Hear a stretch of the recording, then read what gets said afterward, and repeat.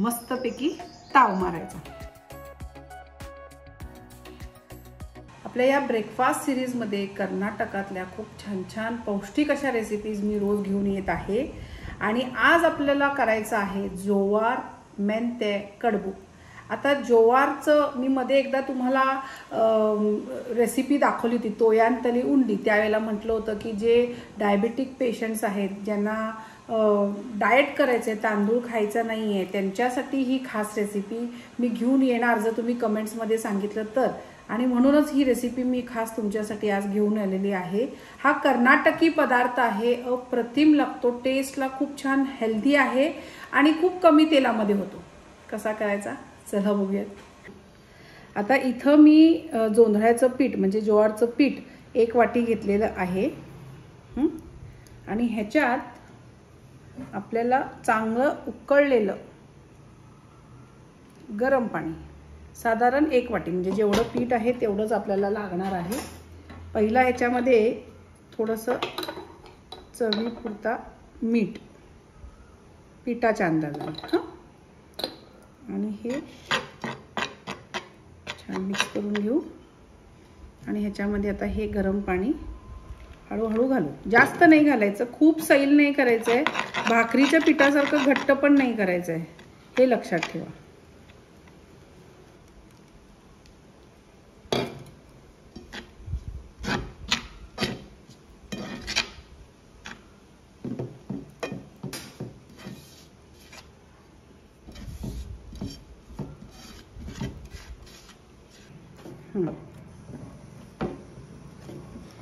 बरोबर 1 वाटी पिठाला 1 वाटी पाणी लागलेलं आहे आणि हे असं छान मळून घेतलंय। आता काय करायचं, ह्याचे गोळे करायचे। गोळे करताना पण मजा काय सांगते, तुम्ही पाहिजे तसा आकार देऊ शकता, असा आकार द्यायचा आणि जेवढे छोटे मोठे तुम्हाला केवढे आवडतात तसे तुम्ही करू शकता।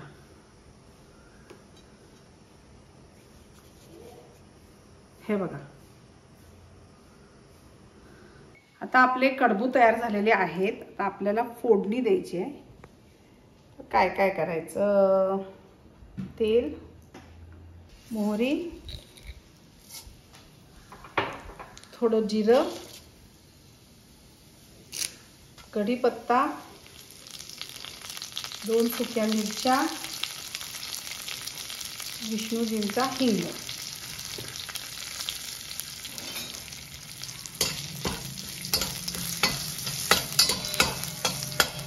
चांगलं सुरसुरीत होऊ दे।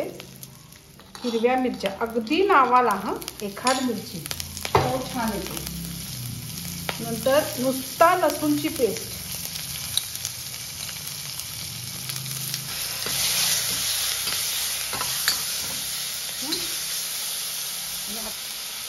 मेथीची 1 पेंडी बारीक चिरून, मिरची पावडर थोडीशी चवीपुरता तुम्हाला आवडते तशी, मी चमचाभर घातले, पाव चमचा हळद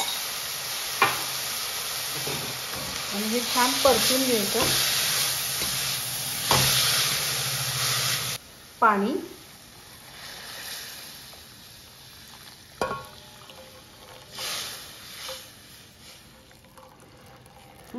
शिजवलेली अर्धा वाटी डाळ, तुरीची घाला, मुगाची घाला, हरभऱ्याची घाला, तुम्हाला आवडते ती डाळ तुम्ही ह्याच्यामध्ये घालू शकता।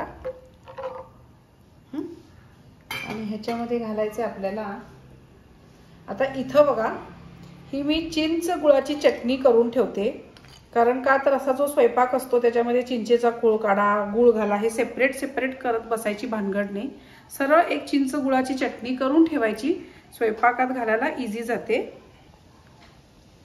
1-2 चमचे चिंच गुळाची चटणी, थोडीशी कोथिंबीर आणि चवीपुरता, आता कडबूला पण घातलेला आहे तर आता ह्याच्यामध्ये मात्र ह्या भाजीला लागेल इतकंच मीठ घालायचं। हे सगळं मिक्स करायचं छान आणि याला चांगली उकळी यायला पाहिजे।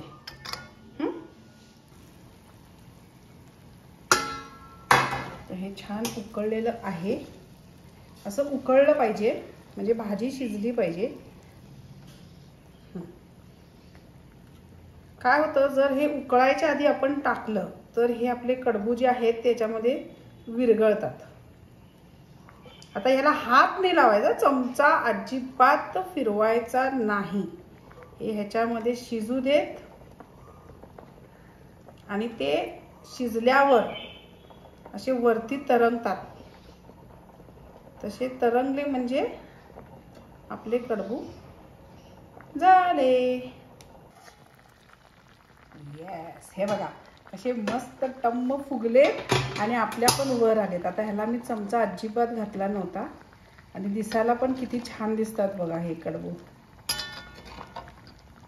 वेगळा शेप आहे हा आपला इंडियन ऑथेंटिक पास्ता। मुलांना सांगूच नका की हे ज्वारचे आहेत म्हणून, पास्ता म्हणूनच सांगायचं। आता आपण सर्व करू।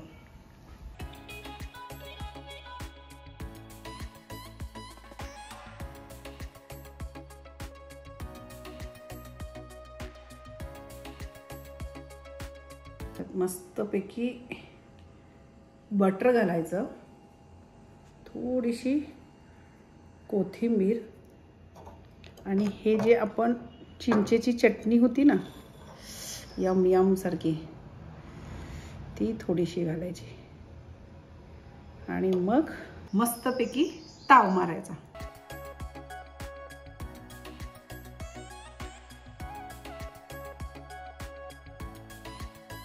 रेसिपी आहे, नक्की करून बघा, आवडणार याची मला गॅरंटी। आवडलं तर काय करायचंय, लाईक करायचंय, शेअर करायचंय, सबस्क्राईब करायचंय। Master recipes.